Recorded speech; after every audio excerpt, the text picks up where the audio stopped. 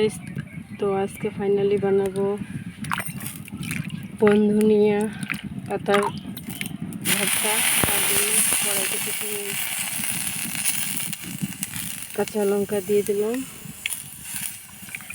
তারপর এই যে দেখতে পাচ্ছ তোমরা সবাই, এই যে বনধনিয়া পাতাগুলো, এগুলো কড়াইতে দিয়ে দেবো। একটু ভাজা করে সিদ্ধ করে তারপর বেটে ভর্তা করবো। তো তোমরা সবাই সাথে থাকো। একটুখানি হালকা লবণ দিয়ে দেবো যাতে ভালো করে সিদ্ধ হয়।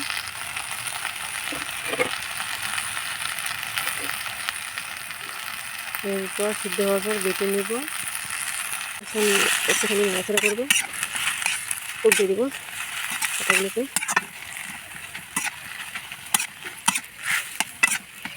এইভাবে ভর্তা নিয়ে পাতা ভর্তা করে খেয়ে দেখো, খুব ভালো লাগে। নামিয়ে নিলাম।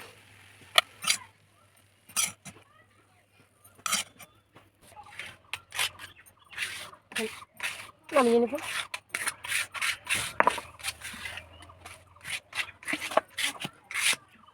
খালিতে নিয়ে নিলাম।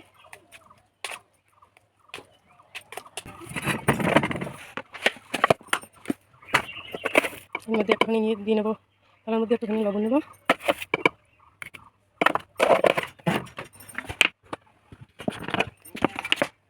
একটুখানি তেল দিয়ে দেবো। তেল দেওয়া হয়ে গেছে। এখন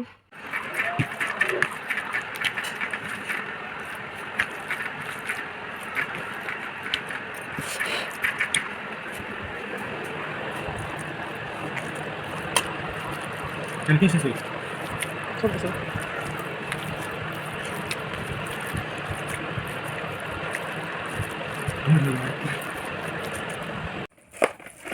আজকে রান্না হবে ডিম আলু নেটেরা। তার জন্য প্রথমে ডিমটা কড়াইতে দিয়ে দিলাম।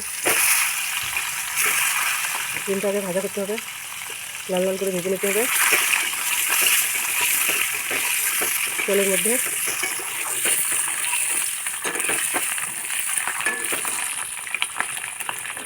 লবণ হলুদ দিয়ে ডিমগুলো ভাজা হয়ে গেছে, এখন নামিয়ে নেব। লাল লাল ভাজা হয়ে গেছে, এখন নামিয়ে নেবো থালায়। এখন আলুগুলো ভেজে নেবো লাল লাল করে।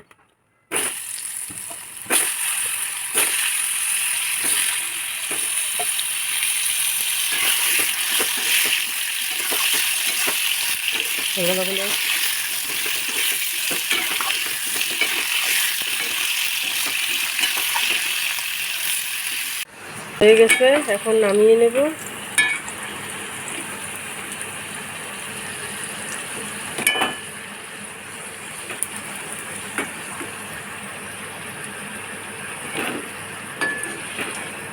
নামা হয়ে গেছে।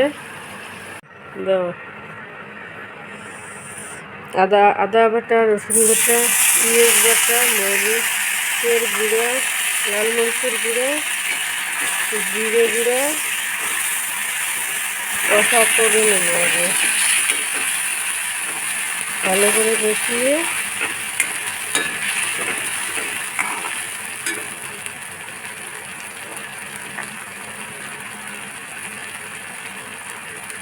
দিলাম, একটুখানি লবণ দিয়ে দিলাম। এখন ভালো করে কষিয়ে, কোনো মশলার গন্ধটা না থাকে, একটুখানি জল দিয়ে ভালো করে কষিয়ে নেব যাতে মশলাগুলো পুড়ে না যায়।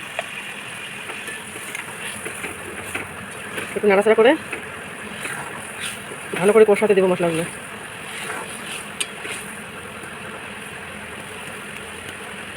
দিয়ে আরেকটুখানি কষাবো।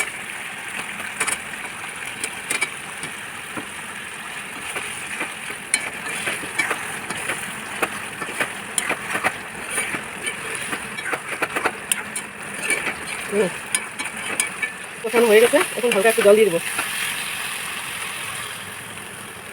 জল দেওয়া হয়ে গেছে, একটুখানি আলুগুলো সিদ্ধ হবে, তারপর তার উপর ডিমগুলো দিয়ে দেবো।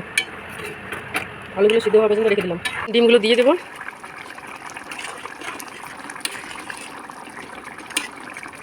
ডিম দেওয়া হয়ে গেছে, উপর দিয়ে কুচি করে রাখা ধনিয়া পাতাগুলো দিয়ে দেবো।